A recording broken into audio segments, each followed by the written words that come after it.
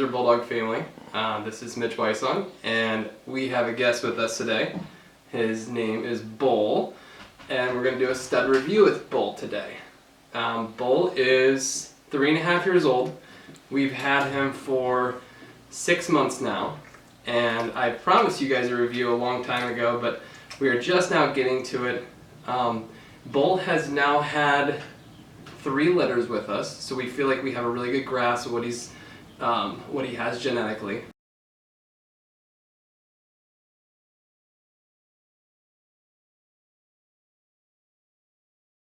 One of the first things you'll notice about Bull is his rich, vibrant coat color. Bull would be considered a red, and what I would consider a deep red.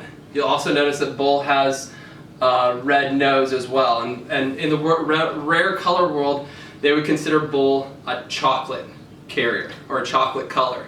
If you know anything about myself, our Bruiser Bulldogs Foundation and principles built on health, and Erica's belief system on breeding bulldogs as well, we could not care less about rare colors. I'm not scared of the rare color world. I will breed a bulldog that has rare colors, but I'm not specifically going to breed for that rare color. I think breeding principles 101, you breed for health and personality. You do not breed for rare colors. It's just a bonus that he is a chocolate. But that had no bearing on us acquiring Bull at all. One of the interesting things that I think is underrated about rare colors, and actually the only thing that I think really brings any value to the Bulldog breed, is the coat structure of many rare colors. If you look at Bull, and if you were here in person, if you felt his coat, Bull has a considerably thinner coat structure than a lot of brindles or whites, some of those traditional color structures that you see within an AKC standard color format. And what you see with a rare color like Bull with the red, what you see is a lighter coat structure and his coat, if you take your fingers through his coat, it's a very light coat set. And the other thing that's very interesting is he does not shed. And his puppies, his offspring, do not shed either. And so, you know, everybody's worried about rare colors and, you know, the blues and the merles and all this stuff. I think one of the underrated values of that genetic injection into the Bulldog world is this, that they don't shed as much, which in the, you know, at the end of the day, when you have a Bulldog in your house and he doesn't shed, that's a really cool trait. So I haven't found any drawbacks. There's no increase in allergies or anything like that. But yeah, most for a majority of time, Bull and other chocolates will shed much less than a normal color structure. Another thing that I really like about Bull is his head structure. When I look at Bull and his head structure, what I see is more of a perfect Bulldog look. And so if you know anything about us, you know that our foundation, where we center on, is always health. For the last 10 years, we have produced Bulldogs that we have health screened and we feel are extremely healthy, and we're much different than the average Bulldog breeder in the ideals that we set for our health standards. One of the things I've always wanted is to take that principle and keep moving towards what I consider a perfect Bulldog look. And so you guys don't know this, but I'll share a little secret about myself. I have a Dropbox file of photos from dogs that we produce, your Bulldogs, that I have labeled perfect Bulldogs.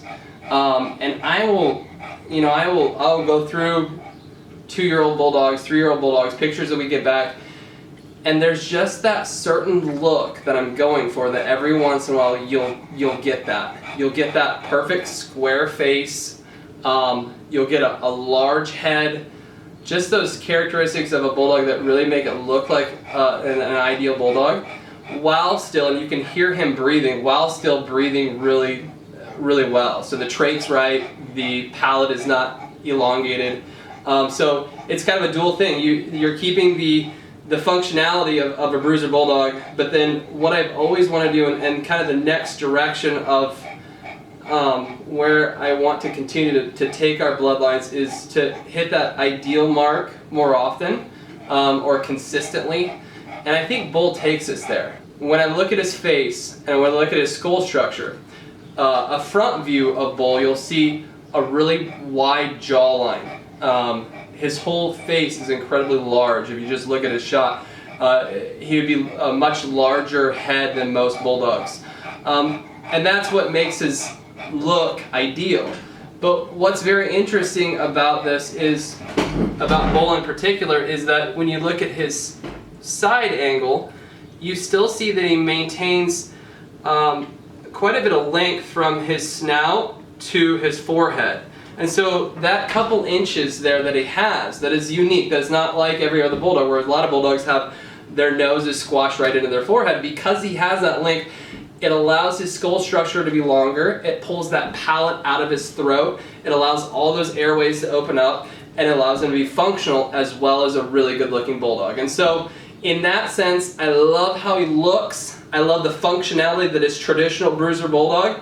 I love where we're moving in this direction where he's got that perfect, what I call perfect bulldog look that I think is really aesthetically appealing. And I'd like more of our bulldogs to continue to look like this Bull look, where they have that really wide face. And we'll see how far we can move that. What I promise you is that I'll never move it towards a bully look or an overdone look. I think there's that perfect balance between functionality and an aesthetically pleasing bulldog that we have found quite often and will continue to find, and I think Bull will help us to get there in that journey.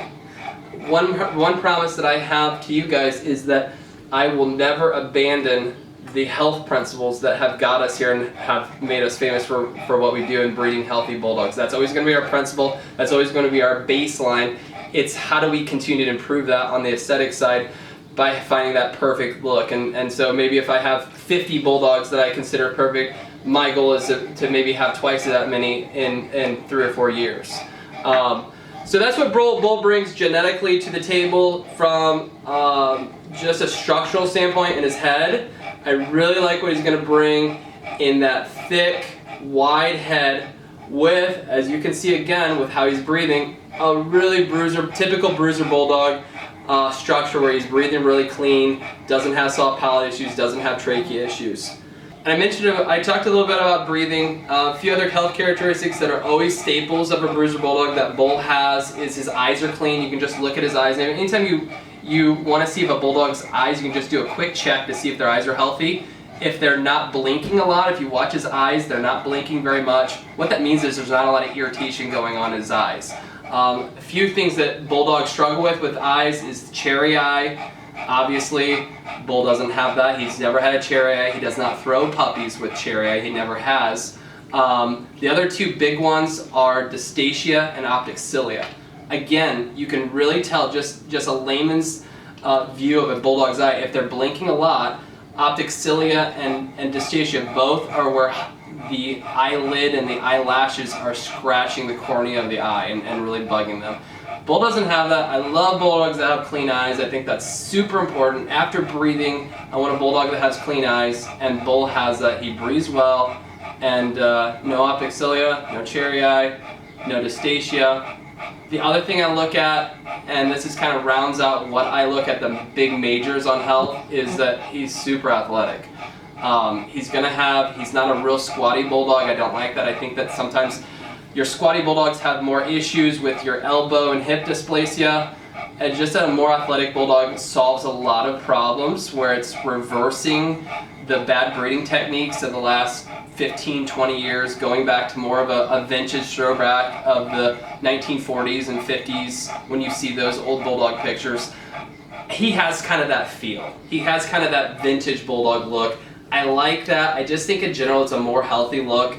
It's a healthier build. You're going to have less health issues with that. And so kind of from a health issue, our health standpoint, Bull, good breathing, great eyes, more of an athletic bulldog, nice big structure to him, And genetically what we've seen is he throws really, really healthy puppies. I'm really excited about that, combining that with his beautiful aesthetic.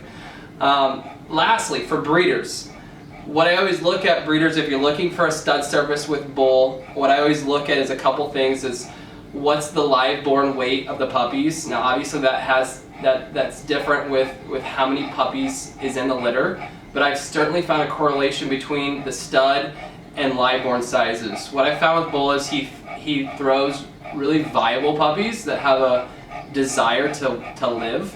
I think that comes from being athletic. I really do. Over that last 10 years, I firmly believe that the more athletic bulldogs are going to throw puppies that live, have a better ability to live and thrive the first 5 days after birth, which is really important for a bulldog because they struggle with that. So that's the first thing I look at a puppy is like, all right, what's the viability of those pups once they're out of the womb? How much are they fighters? Are they nursers? Everything I've seen, bull throws really viable puppies that are large and athletic, which is great. It's great for nursing. I always look at water puppies. Are we throwing water puppies? Cleft palates. Bull doesn't throw either of those, which is super important to me. The last thing you want is have a litter of 6 puppies and 4 of them have a cleft palate or water puppy. You really need to clean up your genetics if those are the kind of puppies your stud is throwing. Bull does not, and that's something that I'm super excited about as well.